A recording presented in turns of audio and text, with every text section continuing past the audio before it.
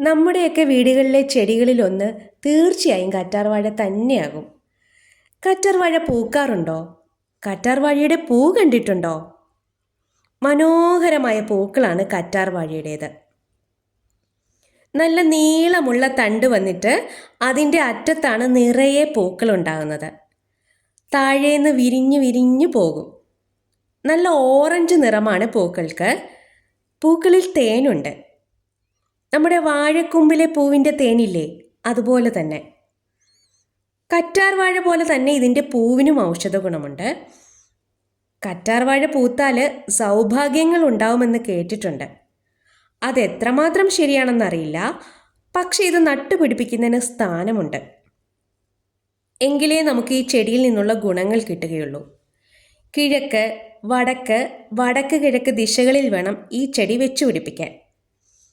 ആവശ്യത്തിന് സൂര്യപ്രകാശം വേണം. നല്ല നീർവാർച്ചയുള്ള മണ്ണും ആയിരിക്കണം. ഇതിൻ്റെ ഗുണങ്ങളെക്കുറിച്ച് എല്ലാവർക്കും അറിയാം. നമ്മുടെ ചർമ്മത്തിനും മുടിക്കുമൊക്കെ ഒന്നാം തരമാണ് കറ്റാർവാഴയുടെ ജെല്ല്. ഒരു മൂട് പിടിച്ചു കിട്ടിയാൽ അതിൽ നിന്ന് തന്നെ ഒത്തിരി തൈകൾ കിട്ടും. തൈകൾ ഗ്രോ ബാഗിലോ ചട്ടിയിലോ ഒക്കെ മാറ്റി വയ്ക്കാം. വായു ശുദ്ധീകരണത്തിൽ മുൻപന്തിയിൽ നിൽക്കുന്ന കറ്റാർവാഴ നന്നായി പരിപാലിച്ച് വളർത്തിയാൽ അതിൽ നിന്നുള്ള ഗുണങ്ങളും നമുക്ക് കിട്ടും.